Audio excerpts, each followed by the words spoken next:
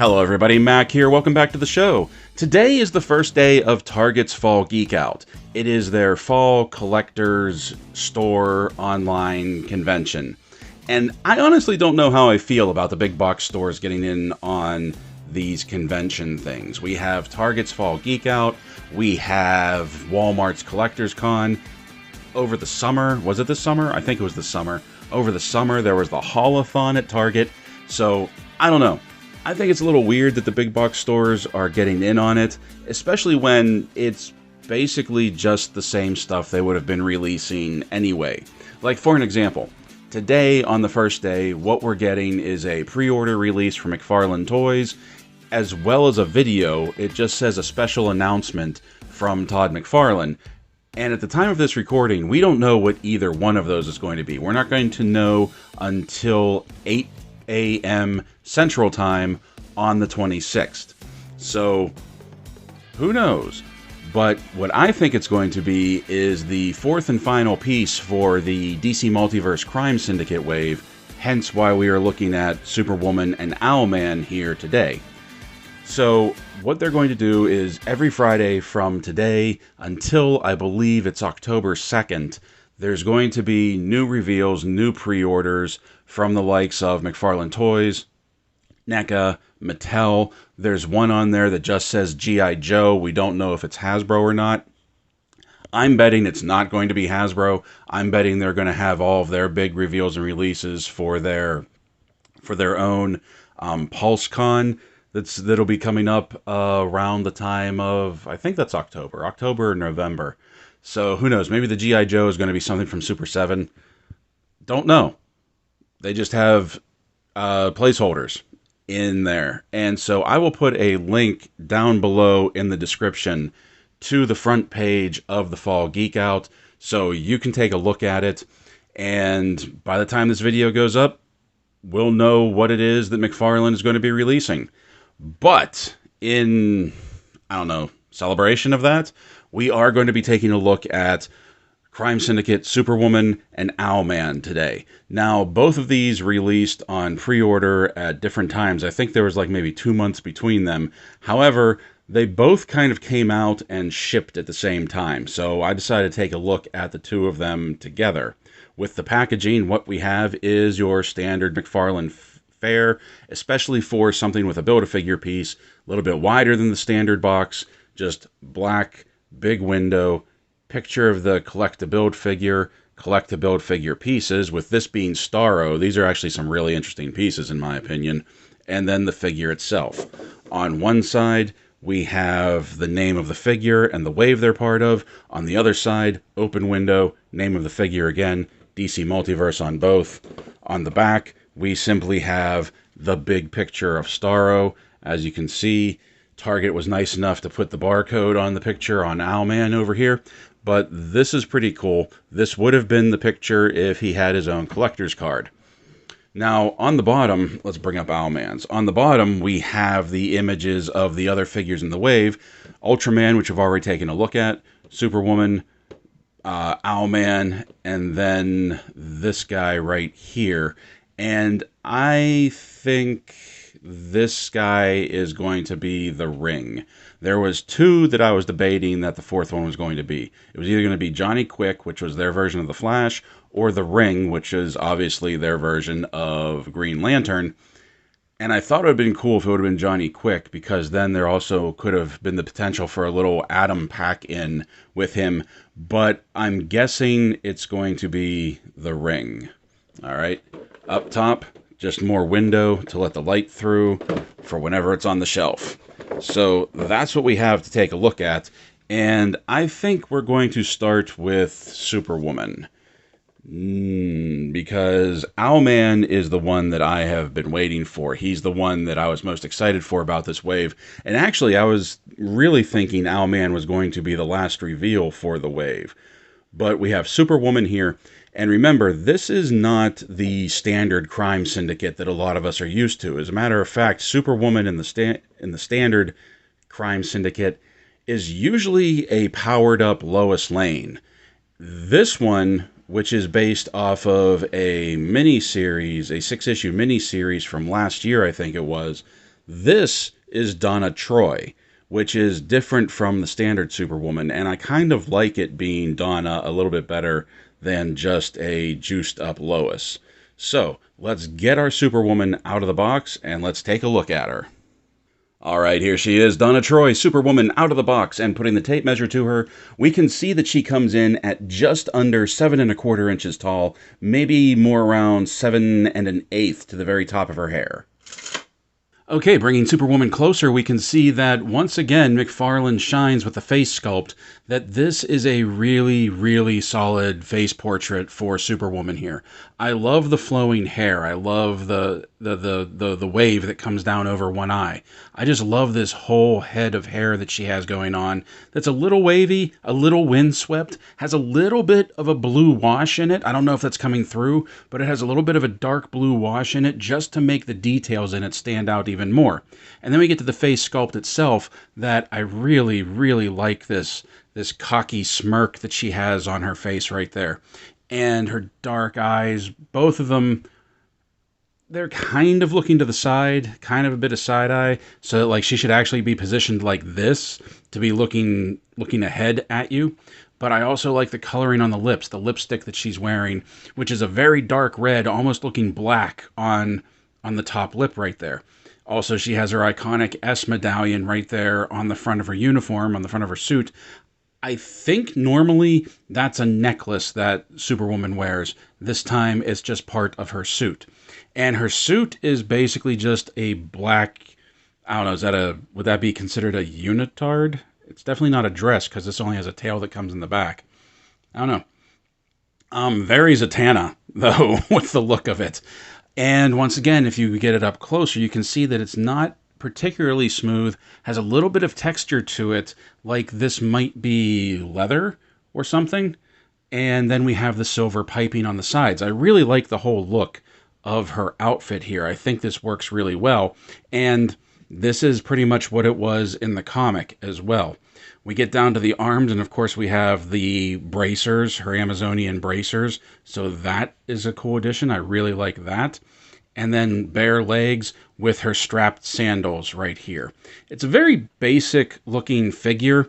And once again, that's not McFarlane's fault. That's the way that the figure was in the comic. But he makes it work. He makes it look good. I like the leather texturing on the suit. I like the raised symbol of the S right there. I also, like I said, this is a really good face sculpt on her with some great hair going on. Now, she has one clenched fist and one hand that's a gripping hand, but also kind of a trigger hand. I'm not exactly sure why. She doesn't come with any accessories. She doesn't have like a sword or her lasso, and that's kind of a shame. But I would have liked if this would have been like more of an open hand, or maybe just a set of two fists. Either way, I think this looks really good. The only flaw on the paint app we have is right here on the elbow, where you can see some of the silver from her bracer rubbed off on it, but that should be easy enough to take care of. Now, when we get down to her strappy sandals right here, this, I don't see any. It gets a little thin right there, but this, I don't see any paint splash, any paint overspray or anything like that. Then we get to the sandals, and yeah, everything just looks really good. Everything, sometimes less is more. Sometimes the simplest looks for a figure or even for a hero's uniform are some of the best. Now, getting to the articulation, we can see that she will do a complete 360. There's a little bit of tilt to one side, but not much to the other because the hair is actually getting in the way, but she can tilt to this side, sort of like give you a look. She doesn't look up, and she doesn't look down much. All right. The arms will do a full 360 spin. Have the butterfly joint, and the butterfly joint has some really good travel to it. Bicep pivot, and the bicep swivel on both of these arms, I don't know if you can hear that, is really tight because in the neutral position, they're molded perfectly to fit with the shoulder piece that's coming out. But when you turn them, it kind of pushes the arm out of the pin a little bit, and then it resets when you set it back. Double jointed elbows with some great travel to them. And of course we have the McFarlane wrists that they pivot. They come in and out. And then you can do that. You can do that. And they'll go up and down. I've said this before and I'll say it again. I would love if more companies started using wrists like that. I'll just say it. I would love if Hasbro started putting these on the G.I. Joe figures. The waist. All of the good that happened with the Blackest Night wave and the waist articulation right here is completely thrown out the door when it comes to Superwoman. She has no ab crunch at all. There's not even a ball joint at the waist. Well, maybe a little bit of one that she can look back a little bit. Can't really go forward much. She can twist at the waist and do a full spin. And there's very, very limited side-to-side action there. So unfortunately, there is no crunch at all in the torso, in the waist for Donna here. The legs will come up just under 90. Legs will go forward. Legs go back a lot. There is the hidden... Whoops. That's me. That was me. I got a little too rough with it. That wasn't the figure. There is the hidden hip swivel. That there's not a whole lot of play going on with that one, and that's kind of why I popped the leg off, because I was trying to get more, but it's not doing anything. Double jointed knees. Ankles rock back, ankles rock forward, forward facing pin for some rock, and toe articulation. And just like the Blackest Night figures we were looking at, there are detents in here, but they're very light. So it's getting easier and easier to just be able to stand up your figure. Whoops. Don't make a liar out of me, Donna. It's getting easier and easier with McFarlane to just stand up the figures right there. Donna doesn't have much for accessories, but one that she does come with is her chest-hugging Starro right here, like what we saw with Ultraman. And this is the one that came with Ultraman, and it's kind of nice to see that the Starros just aren't exact copies of one another, that we are getting different designs, different looks for each Starro. And on the back, we have some really nice detail with the suckers on the tentacles and the mouth in the middle. Up front, we have the translucent yellowish green plastic for the eyes. And also, just like Ultraman's, basically, you just put this around the figure and it clings, and Starro takes control. Like all DC Multiverse figures, we have our collector's card with Donna, with Superwoman, and this is a glam shot, basically, of the figure, not animation like what we saw with Blackest Night. And on the back here, we have her bio from Earth 3. And of course, finally, we have the black figure stand with the DC logo tampoed on it.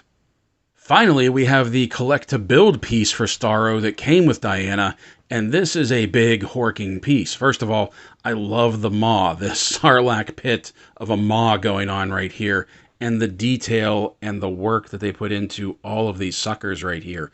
This is fantastic. Now I think this is going to be basically the main body piece. You can see there are areas to tack the other tentacles into, and on the back right here, of course, we have the flat where the piece for Ultraman will fit on. And up next, we have the one that I was truthfully looking forward to the most. We have Owlman right here, and I'm actually kind of surprised that he's out already. I really thought they would have released this one last in the line. Okay, here he is, Owlman out of the box, and putting the tape measure to him, we can see that he comes in at 7 1/4, just to the top of his cowl. Now, for as simple as this is, for as basic as this is, I have to say, I really, really love Owlman's motif, his look, everything. I've always been a fan of Owlman, and the translation over to action figure form, to plastic form, does not disappoint. Everything from the goggled eyes to a little bit of the hooked beak nose right there, the piercing eyes on the logo on his chest and down on his belt, even the fingers, a little bit of a clawed talon right there. I really like this look. And I think, if I'm not mistaken, I think that this, with the predominantly black with the gray, is a bit of a reverse from Owlman's typical look. That I think his suit is usually gray with black accents. And that just keeps going back to, this is from a mini-series last year where the Crime Syndicate was the Crime Syndicate, but each of the characters was tweaked just a little differently to make it new.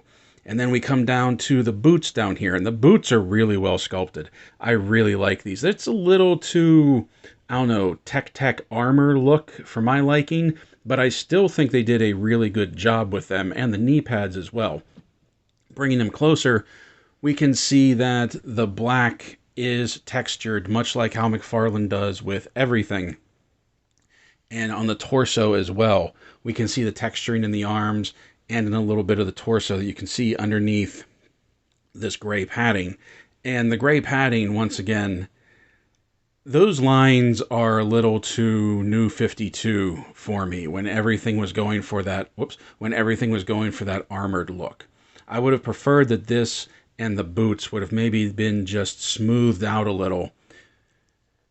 And then we have the utility belt, which, I mean, it's the belt. It's always the belt. I dig it. I really like how the gauntlets end in these finger type things right here. And as far as the paint apps go, everything is very basic, but it's also very, very well done. On the back here, we see that this owl motif continues on with his cape. That the cape is a little bit textured, but I like how we have like this fringe of feathering going on right here. And you can even see it in greater detail here at the bottom. And then the cape just curls in a little at the sides. Has a bit, let me back this up. Has a bit of a whole windswept appearance going on. So that he's like standing in a breeze. Okay. I really like this figure. Sometimes like the simplest ones to me are some of the best. Now getting to the articulation, his head will do a full 360. He gets some really good tilt side to side, which for a guy named Owlman, you can get some really inquisitive looks out of him like that. Oh, I really like that. His head can look up. He can look down. His arms do a full 360, and this is very soft rubber in the shoulder pieces right here. And you can get them around. It will get up out of the way a little bit, but you also will have to angle the arm out a little as well. And speaking of the arm, it coming up, it does come up to past 90, a little bit past 90. We have the butterfly joint right there in the shoulder. We have a bicep swivel, which isn't nearly as tight as Superwoman's was.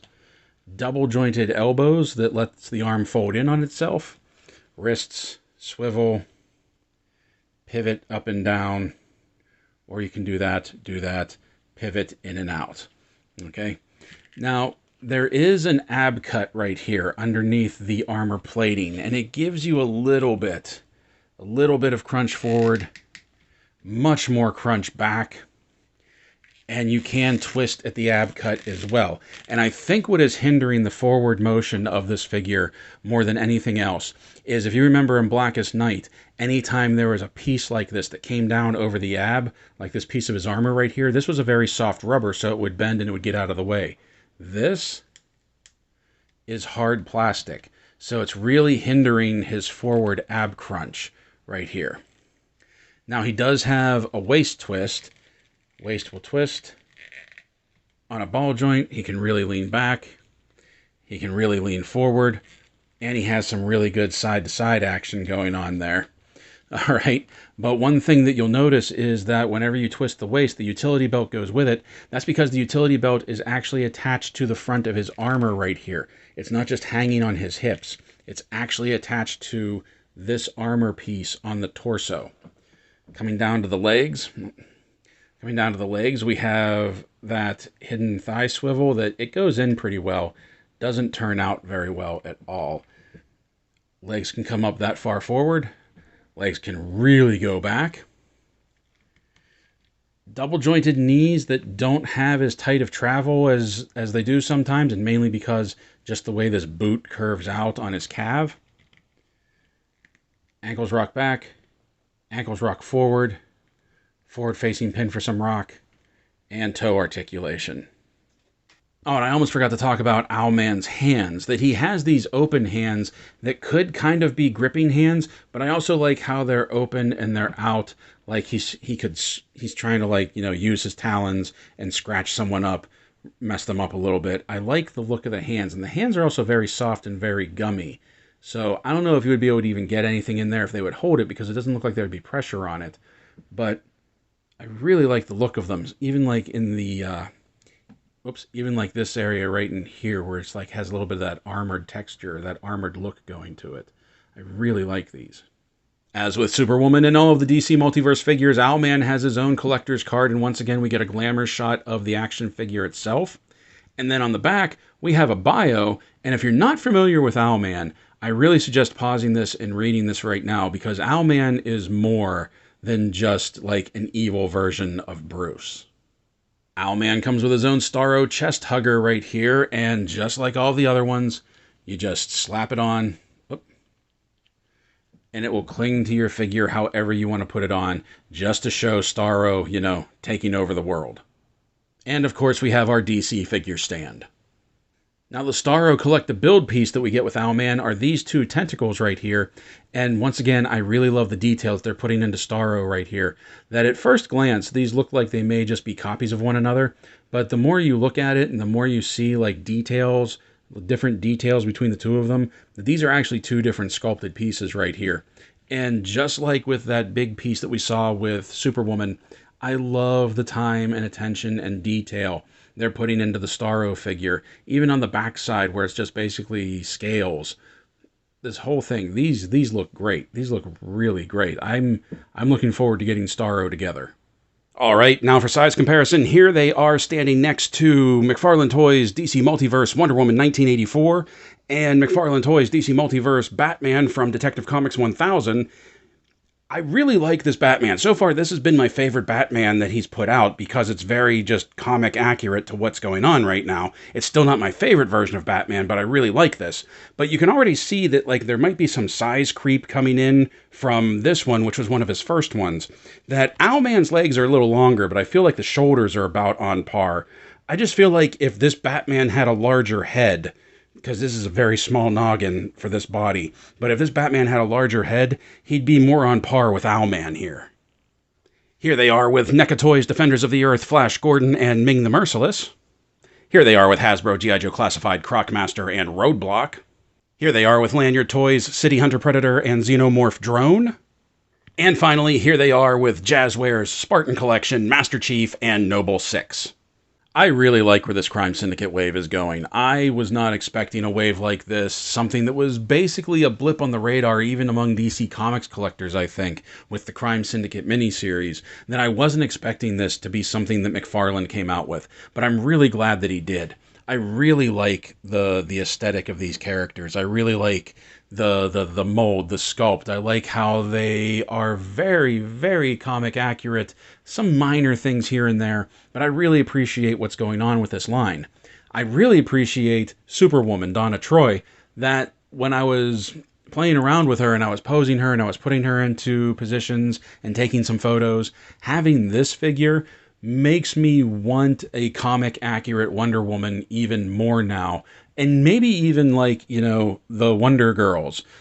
We could get Donna, we could get Cassie, we could get Yara now. Like, I don't know why we haven't gotten anything to fill out Diana's roster except a bunch of alternate world Dianas. But we're talking about these. I really, really like the Owlman figure. I really like his aesthetic, I really like his sculpt, I really like his look.